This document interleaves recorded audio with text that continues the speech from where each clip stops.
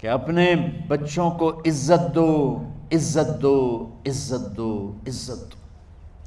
پھر آپ سے زندگی کے بڑے فیصلے ہیں شادی۔ اب لوگ اکٹھے پڑھتے ہو لڑکے لڑکیاں، اپنی شادی کے فیصلے خود نہ کرو، اپنے ماں باپ کے حوالے کرو۔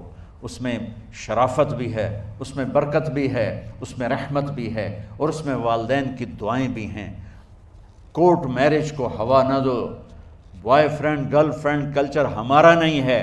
میرے نبی کے طریقے میں مرد اور عورت کا صرف نکاح سے تعلق ہے، اس کے علاوہ سب جہنم کی آگ ہے۔ اور والدین سے کہتا ہوں کہ اپنے بچوں سے پوچھ کے رشتے کرو، زبردستی مت کرو۔ میرا معاشرہ بہت سنگین قسم کے جرم کا شکار ہے، بچوں پہ مسلط کر دیتے ہیں، ایتھے ہی کرنی ہے، جٹائیں چی کرنی ہے، بٹائیں چی کرنی ہے، پتہ نہیں آئے کتوں ہیں جٹ بٹ۔ چلو تم ناراض نہ ہو، راجپوتائیں چی کرنی، میں راجپوت ہوں، میں اپنی قوم کو بھی رگڑ دیتا ہوں، راجپوتائیں چی کرنی، اگاں کرنی ہی کوئی نہیں۔ یہ ظلم و ستم اولاد پہ مت کرو، اپنی بچی سے پوچھو، اگر بیٹی ہاں کرے تو پھر قدم اٹھاؤ، اگر بیٹی کہہ دے میں نہیں کرنا چاہتی تو وہ نافرمان نہیں ہے۔ اللہ کے واسطے میری سنو، صرف تم نہیں سن رہے ہو، اس کیمرے سے لاکھوں کروڑوں لوگ سن رہے ہیں۔ اگر بیٹا یوں کہہ دے کہ ابا میں نے یہاں شادی نہیں کرنی، میرا جی نہیں چاہتا ہے، تو وہ بیٹا نافرمان نہیں ہے، فرما بردار ہے، اس نے شریعت کا حق استعمال کیا ہے۔ اب ایسا ظلم مت کرو کہ نہیں اتھے ہی کرنی ہے، اتھے گھروں نکل جا۔ زندگی تم نے تو نہیں گزارنی، زندگی تو بچے نے گزارنی۔ میں قربان جاؤں، ایک حدیث سنو پہلے، پھر اگلی بات سناتا ہوں۔ ما تزوجت وما زوجت الا بوحی من السماء نزل به جبریل۔ لوگو سنو، میں نے جہاں شادی کی، میں نے جہاں بیٹی کی شادی کی، پہلے آسمان سے جبریل فرشتہ اللہ کا حکم لے کر آیا، پھر میں نے قدم اٹھایا۔ سمجھ گئے میری یہ بات سمجھ گئے سارے؟ اب اگلی سنو۔ حضرت علی فاطمہ کا رشتہ لینے آ گئے، اور جبریل ان سے پہلے آ گئے کہ یا رسول اللہ فاطمہ علی کے لیے ہے۔ باپ محمد مصطفیٰ جیسا ہے، رشتہ مانگنے والا علی جیسا ہے، اور بیٹی فاطمہ جیسی ہے۔ اور آپ پوچھتے ہیں علی کیسے آئے؟ وہ شرم کی وجہ سے کچھ کہہ نہ سکے، چپ۔ آپ کو تو پتہ تھا، آپ نے فرمایا فاطمہ کے رشتے کے لیے آئے ہو؟ کہا جی۔ تو جبریل تنال بیٹھا ہوا ہے کہ یا رسول اللہ اتھے ہی کرنا ہے۔ آپ نے ہاں نہیں کی، آپ نے کہا انشاءاللہ، اور یہ کہہ کر اٹھ گئے۔ انشاءاللہ نبی کا ہاں ہی ہوتا ہے، لیکن جبریل کے آنے کے باوجود اور اللہ کے کہنے کے باوجود میرے نبی کو بھی پتہ ہے کہ یہ رشتہ یہاں کاتب تقدیر نے لکھ دیا ہے، لیکن امت کو سبق سکھانے کے لیے آپ گھر تشریف لے گئے۔ بیٹی فاطمہ کہ جی یا رسول اللہ، کہا علی کا رشتہ آیا ہے، میں ہاں کر دوں؟ سبحان اللہ۔ میں اپنے دیہاتی بچیوں پہ مجھے رونا آ گیا کہ جنہیں پتہ ہی نہیں ہوتا سانو کہیں دے نال بندے پہ جانور ہے یا انسان ہے۔ علی جیسا داماد، چلو علی کو چھوڑو، فاطمہ کو چھوڑو، جبریل آیا بیٹھا ہے، جبریل آیا بیٹھا ہے۔ اس کے بعد فاطمہ سے پوچھنے کی کیا بات ہے؟ جبریل آ کر کہہ رہا یا رسول اللہ، اللہ کہہ رہا ہے فاطمہ علی کے لیے ہے اور علی فاطمہ کے لیے ہے، اور پھر آپ کہتے ہیں بیٹی فاطمہ ہاں کر دو۔ ہماری تو آج کی بیٹیاں انکار نہیں کرتی، چپ کر کے گاں ماں اس طرح بن چھڑ دین قلعے نال۔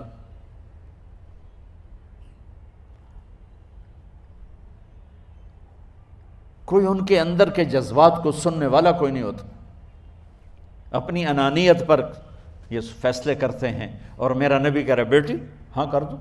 سبحان اللہ۔ آپ کا کیا خیال ہے، فاطمہ نے انکار کرنا تھا؟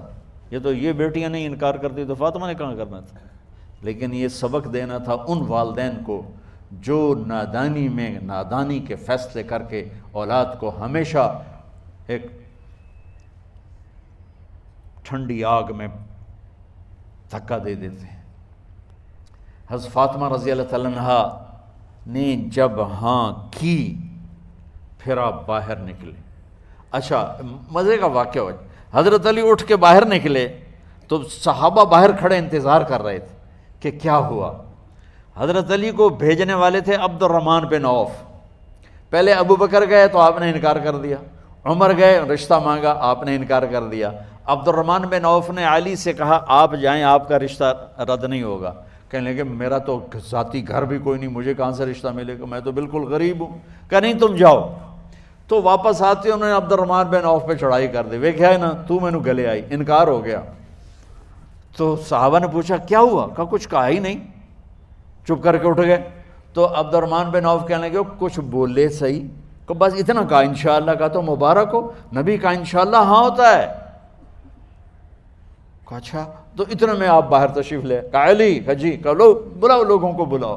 ساری مسجد بھر گئی، آپ کی ساری مسجد فل ہو گئی. آپ ممبر پہ کھڑے ہوئے علی کو سامنے بٹھایا. کہا لوگو یہ جبریل میرے پاس اللہ کا پیغام لائے ہیں کہ میں فاطمہ بنت محمد کا نکاح علی بن ابی طالب کے ساتھ کر دوں. پھر آپ نے خطبہ پڑھا اور کہا کہ علی، ہائے ہائے ہائے، میں نے فاطمہ بنت محمد کو 400 درہم مہر کے عوض تیرے نکاح میں دیا، تو نے قبول کیا؟ حضرت علی نے زور سے نعرہ لگایا میں نے قبول کیا، اور سجدے میں چلے گئے، اللہ کا شکر کا سجدہ ادا کیا. پھر میرے نبی نے وہیں سارے مجمع کو شہد کا شربت پلایا اور تازہ کھجوریں کھلائیں. اور پھر جب رخصتی ہوئی تو آپ نے حضرت علی سے فرمایا کہ آپ آ کے لے جاؤ. پھر آپ نے حضرت ام سلمہ، حضرت حفصہ اور جناب حضرت عائشہ رضی اللہ تعالیٰ عنہ، ان تینوں کو بلا کر فرمایا تمہیں پتہ ہے نا مجھے فاطمہ سے کتنا پیار ہے، تو تم فاطمہ کو دلہن بناؤ، اس کی تیاری کرواؤ، اسے دلہن بناؤ. تو ان تینوں نے حضرت فاطمہ کو دلہن بنایا. پھر آپ نے حضرت علی کو پیغام بھجوایا، وہ تشریف لائے، اپنی اونٹنی لے کر آئے. حضرت عقیل ساتھ ہے، سلمان فارسی ساتھ ہے، اور دروازے پر اونٹنی بٹھائی. آپ علی کو اندر لے گئے اور یوں فاطمہ کا ہاتھ پکڑ کے علی کے ہاتھ میں دے کر فرمایا علی تمہیں نبی کی بیٹی مبارک. سبحان. پھر آپ نے کہا میری بیٹی فاطمہ، مجھے اپنے خاندان میں جو سب سے زیادہ محبوب تھا میں نے تیرا ہاتھ اس کے ہاتھ میں دے دیا ہے. والدین سے کہتا ہوں اپنے نبی کی زندگی پڑھو. میرا درد ہے کہ ہماری ثقافت میں اسلام داخل نہیں ہوا، ہمارے عبادت میں اسلام آ گیا. بہت سارا مجمع مرد عورتوں کا نمازی ہے، حاجی ہے، عمرے کرتے ہیں، لیکن ثقافت میں نبوت کی جھلک دکھائی دے، ثقافت میں اللہ کا نبی دکھائی دے، وہ نہیں ہے.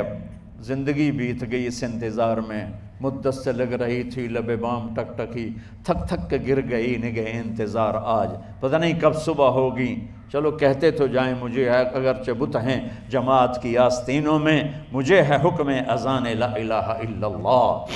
والدین کے ذمہ ہے اولاد کو عزت دینا، ان کے سب سے بڑی خواہش میں ان کا احترام کرنا کہ زندگی انہوں نے گزارنی ہے، اور آپ کے ذمہ ہے والدین کے آگے سر جھکا دینا. اللہ کے واسطے کورٹ میرجز اور خفیہ شادیاں یہ نہ ہماری ثقافت ہے نہ یہ انسانیت ہے. ہمیشہ دکھ دردوں میں زندگی گزرتی ہے کہ اصل زندگی تو موت کے بعد آنے والی ہے.